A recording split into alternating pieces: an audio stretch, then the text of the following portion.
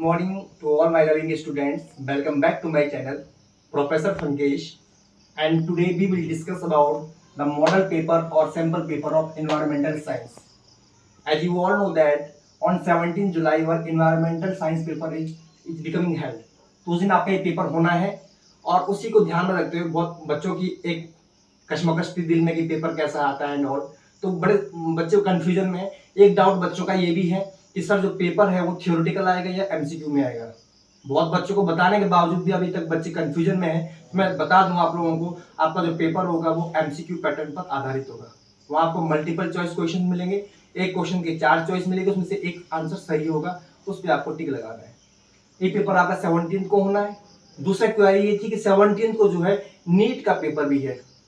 अब नीट का पेपर भी है और ये एनवायरमेंटल साइंस का भी रखा हुआ है, तो कोलाइड हो रहा है। जिन बच्चों का नीट का एग्जाम है उन बच्चों का फिर ये पेपर छूट जाएगा जो कॉलेज के बच्चे हैं। तो ऐसे में हो सकता है कि 17 जुलाई को जो है ये पेपर जो है एनवायरमेंटल साइंस कैंसिल हो जाए। ऐसी मेरी अपनी जो है धारणा है। मुझे लगता है कि यूनिवर्सिटी बच्चों के भविष्य को ध्यान में रखते हुए कि अगर जिन बच्चों का नीट का अटेम्प्ट है उनका नीट भी मिस ना हो और ये एनवायरमेंटल साइंस का पेपर भी मिस ना हो, तो हो सकता है कि ये पेपर जो है उस दिन पोस्टपोन हो जाए और फर्दर आगे बढ़ के ये 20-21 तारीख में हो जाए, ऐसा मुझे लगता है। बाकी फाइनल डिसीजन जो है यूनिवर्सिटी लेगी। तो इन्वायरमेंटल साइंस का पेपर है, सभी को पता है कि इसका जो है परसेंटेज में कोई रोल नहीं होता है, लेकिन ये रामबाण का काम करता है। यदि आपका ये क्वालिफाई नहीं होता है तो आपका एग्जाम का जो रिजल्ट है वो आप पास नहीं माने जाते हैं। तो ये उतना ही जरूरी है, जितना जरूरी परसेंटेज होता है उतना ही जरूरी जो है इसमें जो है क्वालिफाई करना जरूरी होता है। जो बीएससी सेकंड ईयर के छात्र है, बीएससी थर्ड ईयर के छात्र है, दोनों का ये पेपर होता है। दोनों के लिए वीडियो बहुत किफायती है।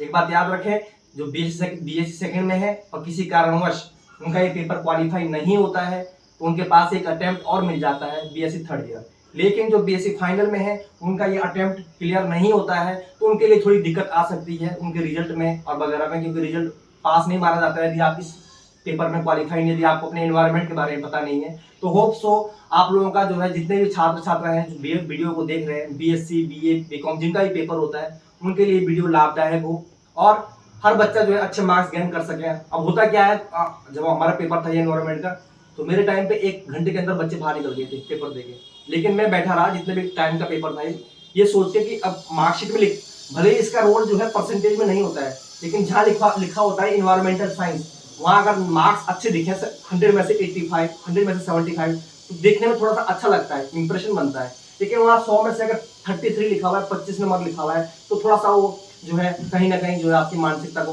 खराब करता है। तो अगर अच्छे मार्क्स लाने हैं, अच्छा वो करना है, उसके लिए जो मैं आपके सामने वीडियो लाया हूँ काफी हेल्पफुल है आपके लिए।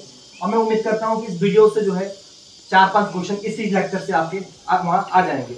और इसी तरह से अभी आपका 17 तारीख को एग्जाम है, काफी समय है आप लोगों के पास, तो तब तक के लिए मैं कम से कम 5-6 लेक्चर और डिलीवर कर दूंगा आपके एनवायरमेंटल साइंस के, जिससे कि आपका जो है हर बच्चा जो है कम से कम अगर अच्छे मार्क्स नहीं तो कम से कम वो क्वालिफाई कर जाए, जिससे कि उसे दोबारा ये एनवायरमेंटल साइंस का एग्जाम देने की जरूरत ना पड़े। तो हम बात करते हैं, अब टॉपिक पे आते हैं। इसमें पहला क्वेश्चन है, आज डेट है 7 जुलाई, दिन है थर्सडे, और पहला क्वेश्चन है on which day the world environment day is celebrated. Most important question, क्योंकि हम बात कर रहे हैं एनवायरमेंटल साइंस की तो हमें पता भी होना चाहिए कि पर्यावरण दिवस जो है किस दिन मनाया जाता है। तो सभी को पता है कि पर्यावरण दिवस जो है 5 जून को हर साल मनाया जाता है। बहुत इंपोर्टेंट क्वेश्चन है, 100% पूछा जाएगा। नेक्स्ट क्वेश्चन है सीपीसीबी स्टैंड्स फॉर, इसकी फुल फॉर्म क्या है? इसकी फुल फॉर्म होती है सेंट्रल पॉल्यूशन कंट्रोल बोर्ड। आपको आनी चाहिए, उमा यूनिवर्सिटी में पूछा हुआ क्वेश्चन है पर्यावरण के पेपर में और बीकेएससी इन्वायरमेंटल साइंस के पेपर में। थर्ड क्वेश्चन है which gas present in the air in maximum amount. हमारी जो एयर है, हमारे जो वातावरण है, इसमें सबसे ज्यादा गैस कौन सी पाई जाती है? तो मुख्यत रूप से सबसे ज्यादा जो है नाइट्रोजन पाई जाती है हमारे एनवायरनमेंट में। बहुत सारे बच्चे ऑक्सीजन लगा के आ सकते हैं, लेकिन ऑक्सीजन का प्रतिशत बहुत कम होता है हमारे एनवायरनमेंट में। नाइट्रोजन जो है 73% पाई जाती है। नेक्स्ट क्वेश्चन है in which year the project tiger launched in India. हमारे भारत में प्रोजेक्ट टाइगर जो है कब लॉन्च किया गया? आपको पता होना चाहिए प्रोजेक्ट टाइगर जो है जिम कॉर्बेट नेशनल पार्क जो है उसको संरक्षण के लिए जो है लॉन्च किया गया था, और ये लॉन्च किया गया था 1973 में। तो ये बहुत इंपॉर्टेंट क्वेश्चन है, 99% पूछा जाता है कि प्रोजेक्ट टाइगर कब लॉन्च किया गया था, तो 1973 में लॉन्च किया गया था। नेक्स्ट क्वेश्चन है first national park in India. Bharat का सबसे पहला राष्ट्रीय पार्क और पुराना पार्क कौन सा है, वो है जिम कॉर्बेट नेशनल पार्क। हम कोटद्वार के निवासी है, सभी को पता है कि जिम कॉर्बेट लगा हुआ है कोटद्वार में। हम बोलते हैं यहाँ कौन सा है, तो हम बोलते हैं कि जिम कॉर्बेट लगा हुआ है। तो जिम कॉर्बेट नेशनल पार्क है, ये बहुत ज्यादा एकड़ में फैला हुआ है और सबसे पुराना है और फर्स्ट नेशनल पार्क है इंडिया का, तो आपको पता होना चाहिए। नेक्स्ट क्वेश्चन है, blue revolution is related to, blue क्रांति किससे संबंधित है, तो ब्लू क्रांति जो है फिश प्रोडक्शन से संबंधित है, मत्स्य पालन जिसे हिंदी में कहते हैं उससे संबंधित है। और अगर इसने ये क्वेश्चन नहीं पूछा तो ऐसा पूछ सकता है कि white revolution is related to, white revolution is related to, किससे रिलेटेड होता है, मिल्क प्रोडक्शन से। दूध को बढ़ाने के लिए, दूध का प्रोडक्शन इनहांस करने के लिए जो है व्हाइट रिवोल्यूशन जो है आपका क्या बोलता है, दूध क्रांति जो है हुई थी। नेक्स्ट क्वेश्चन है, green revolution is related to, हरित क्रांति जो है किससे संबंधित है, तो फूड ग्रेन प्रोडक्शन, फूड की फसल की उपज को इनहांस करने के लिए, ज्यादा अमाउंट प्रोड्यूस करने के लिए जो है ग्रीन रेवोल्यूशन जाना जाता है। 3 क्वेश्चन है, तीनों में से कोई एक टपक सकता है वहां पे रिवोल्यूशन का क्वेश्चन, या तो ब्लू रेवोल्यूशन या फिर व्हाइट या फिर ग्रीन, आपको तीनों का आंसर पता होना चाहिए। Next question, gas involve in Bhopal gas tragedy was, Bhopal में जो बहुत पहले, आज से कम 100 साल पहले जो त्रासदी हुई थी, उस त्रासदी में जो है कौन सी गैस का रिसाव हुआ था, तो वहां जो गैस रिसाव हुई थी वो थी मिथाइल आइसोसाइनेट, इसका नाम आपको पता होना चाहिए। भोपाल में जो त्रासदी हुई थी वो गैस थी मिथाइल आइसोसाइनेट।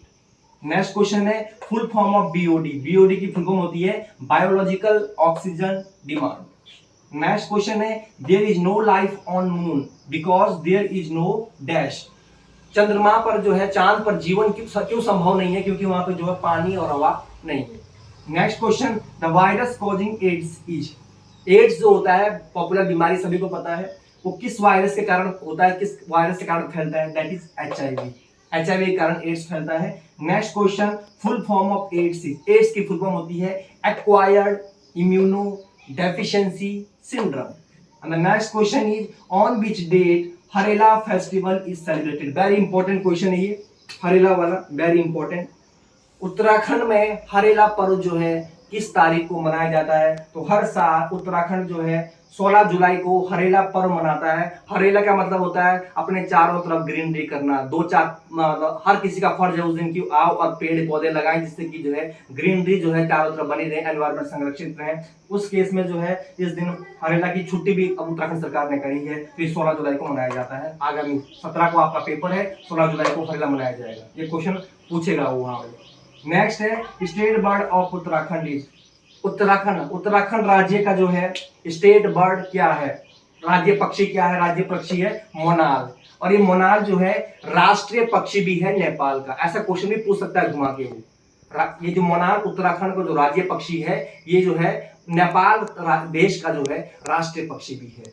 नेक्स्ट क्वेश्चन है, state animal of Uttarakhand is, Uttarakhand का राष्ट्रीय पशु है कस्तूरी मृग, जिसको इंग्लिश में कहते हैं alpine musk deer, alpine musk deer, और वी कैन से कस्तूरी मृग is the national state animal of Uttarakhand. Next question is, state tree of Uttarakhand is, राष्ट्रीय वृक्ष जो है उत्तराखंड का होगा बुरांश, कुछ बच्चे लिख देते हैं बरगद का पेड़, नो, बुरांश is the state tree of Uttarakhand. Next is, state flower of Uttarakhand is ब्रह्म कमल, ब्रह्म कमल जो है उत्तराखंड का स्टेट फ्लावर है। ये 4 क्वेश्चन है उत्तराखंड के बारे में, कौन सा स्टेट पशु कौन सा है, पक्षी कौन सा है, फूल कौन सा है, ये आपको पता होना चाहिए, एक एक क्वेश्चन इसमें से वो पूछ सकता है।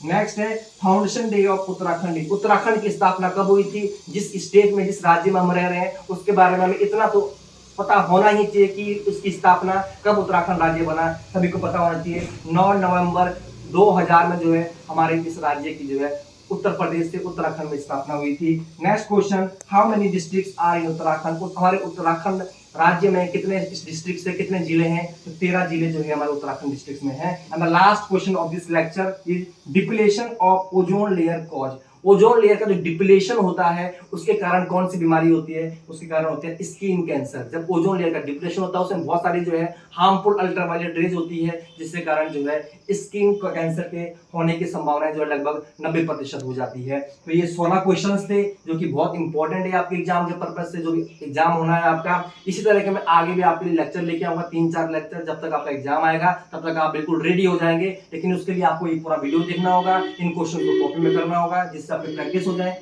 इसमें से भी जो इंपॉर्टेंट है, एक तो वर्ल्ड, पहला क्वेश्चन है वर्ल्ड इन्वायरमेंट डे कब मनाया जाता है।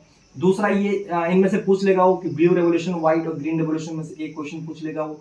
तीसरा हरेला वाला पूछ लेगा वो। चौथा इसमें से पूछ लेगा स्टेट बर्ड या एनिमल या ट्री, इस तरह से पूछ लेगा। और ये पूछ सकता है यहाँ से ये कौन सी गैस जो है रिसाव हुई थी मीठा का क्या बोलते हैं भोपाल त्रासदी में, और बाकी कुछ भी पूछ सकता है। पेपर मैंने तो नहीं बनाया है, ठीक है। तो आप सभी को बहुत बहुत शुभकामनाएं। पूरा वीडियो देखें, जिन्होंने चैनल को लाइक सब्सक्राइब नहीं किया वो सब्सक्राइब करें, जिससे आगे की नोटिफिकेशन आपको मिलता रहे और आगे भी फ्यूचर में जो है आपके लिए ये जो है इस तरह की वीडियो जो एजुकेशन पर्पज से किफायती रहे। Thank you so much.